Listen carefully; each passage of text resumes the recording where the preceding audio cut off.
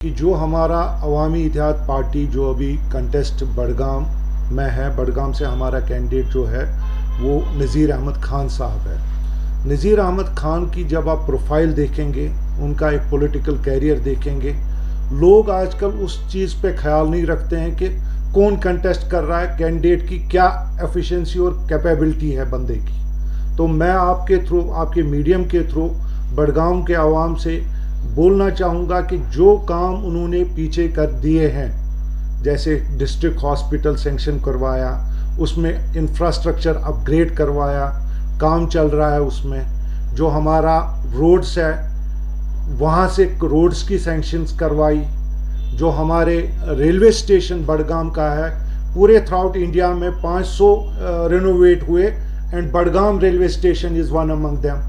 ये तो ऊपर ऊपर से उन्होंने कितने काम ऐसे किए हैं जो लोगों के साथ जुड़े हुए थे। और आज एआईपी को लगा कि नज़ीर अहमद खान बडगाम के लिए एक इंसाफ कर सकता है, उनके लोगों के लिए जो उधर डेवलपमेंट नहीं हुई, उस डेवलपमेंट प्रोग्राम को वो आगे लेंगे।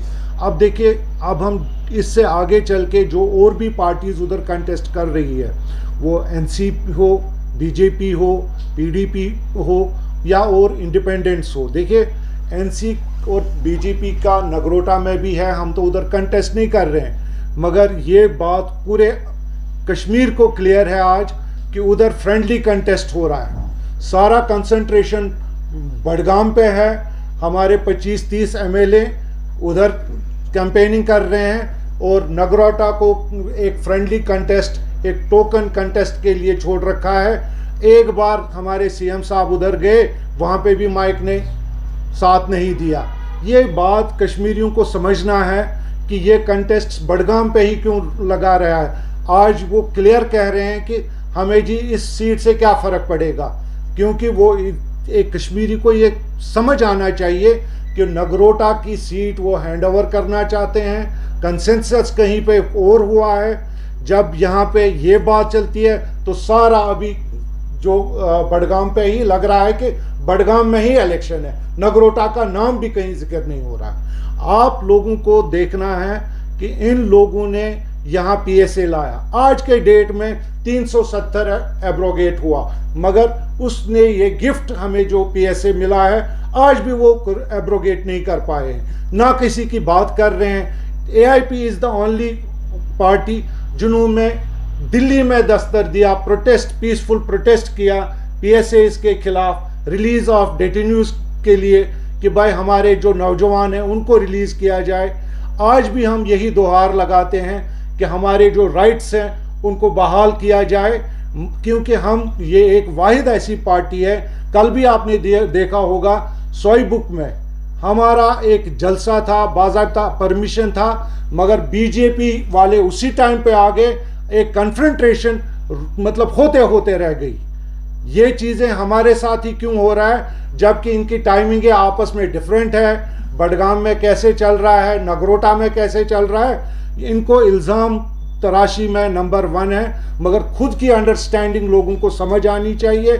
इनके बड़े एक टॉप लीडर को वो सारी समझ आ गई। मैं नाम बोलना आपको मुनासिब समझूंगा अगर रहुला साहब इनकी बातों को समझ गए कि ये लोग क्या कर रहे हैं, झूठ की दुकान चला रहे हैं, कुछ भी ये कंटेस्ट करने के लिए कुछ भी बोल लेते हैं, मगर जो उनके लिए कैंपेन नहीं कर रहे हैं, तो आपको समझना चाहिए, बडगाम की आवाम को आज समझना चाहिए, अल्लाह ताला ने उनको मौका दिया है कि इन पॉलिटिकल पार्टीज़ को रिजेक्ट करके एक चेंज करें। आप खान साहब को मौका दें और वो आपको, हम भरपूर आपको एश्योर करते हैं कि इंशाल्लाह आपको एक डेवलपमेंट की राह दिखाएगा, झूठे नारे नहीं दिखाएगा। बाकी तनकीद करने के लिए बहुत कुछ है जो इन्होंने वादे किए पीछे इलेक्शंस में, आज ये लोगों के सामने जाने से कतराते हैं क्योंकि इनके पास है नहीं कुछ नया शेयर करने के लिए। तो हम आप लोगों के थ्रू ये अपील करना चाहते हैं, नज़ीर अहमद खान साहब को वोट करें, प्रेस करें, cylinder, gas cylinder serial number 17 पे उनको कामयाब करें। और हाँ, अगर इनाम साहब को कुछ ऐड करना हो तो बाकी मैं आपको बहुत बहुत शुक्रिया करना चाहूँगा कि आप लोग आ गए यहाँ पे।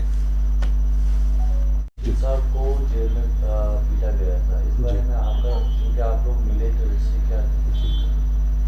असल में जब वो जेल नंबर 3 में थे तो इंजीनियर साहब ने एक कंप्लेंट की थी जेल अथॉरिटीज़ के खिलाफ कि कुछ जेल अथॉरिटीज़ पैसा ले रही है कश्मीरी प्रिजनर्स से। तो उन्होंने वो नाम भी तब अपने लॉयर्स के थ्रू डिक्लेयर किए थे किन किन से कितना पैसा लिया था। उन्होंने फॉर्मली डीजी प्रिजन्स को, तिहाड़ जेल अथॉरिटीज़ को एक लेटर भी लिखी थी। उसके बाद ही उनके खिलाफ जो है हैरासमेंट प्रोसेस शुरू हुआ था। उसके बाद किनर अटैक, फिर दरवाजे को ठोकर उसको माइनर इंजरी, फिर जाके वो उनको प्रेशर ये था कि वो कंप्लेंट वापस ले। तो इंजीनियर साहब ने वो कंप्लेंट वापस नहीं की, क्योंकि अब मैं फिर से बताऊंगा कि उन्होंने जो कंप्लेंट की थी वो ये था कि कश्मीरी प्रिजनर से कुछ जेल अथॉरिटीज़ जेल नंबर 3 में पैसे ले रहे थे। तो उसके खिलाफ जो थी वो उनका एक जदोजहद थी।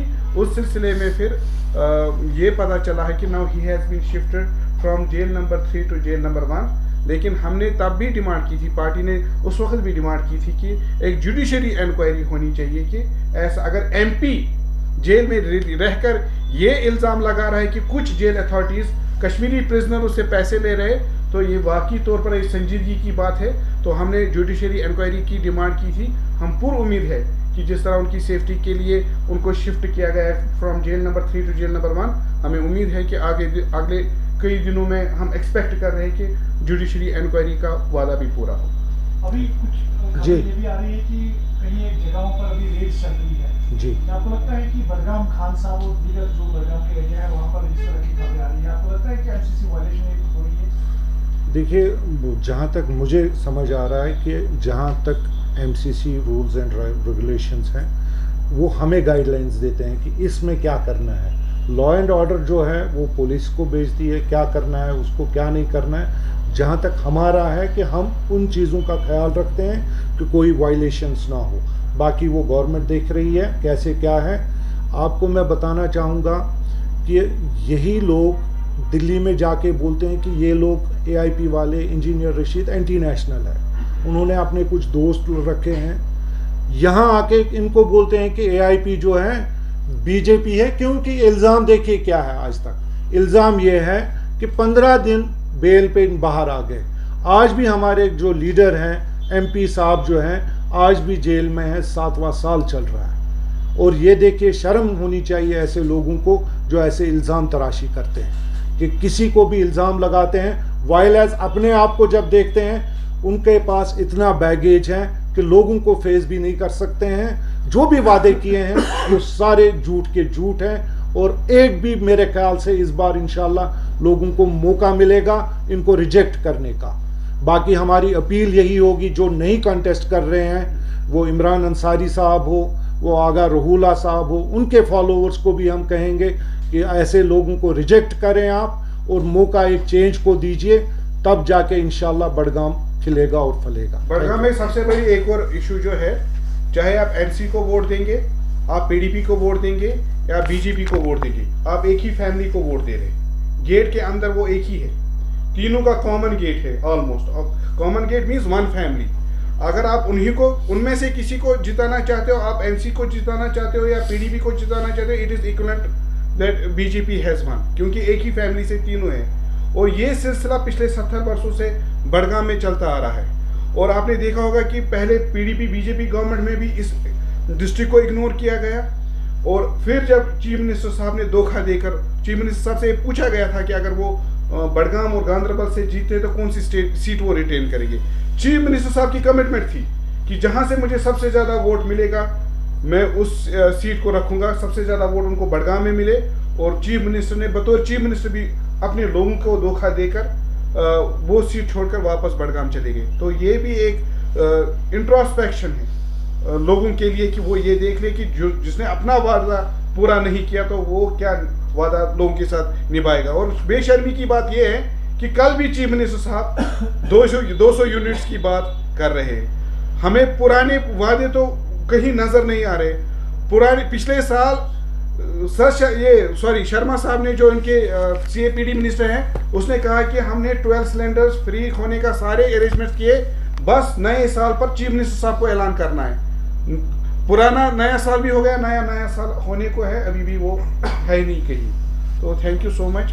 आरिफ साहब, आखिरी सवाल है, क्योंकि यहाँ पर स्कूल्स के लिए जो वंदे मातरम की प्रेयर जो है वो पढ़नी है, तो उसमें कहीं एक जो यहाँ पर इस्लामिक क्लर्क्स है उन्होंने ये पहले ही कहा है कि ये इस्लाम के खिलाफ है।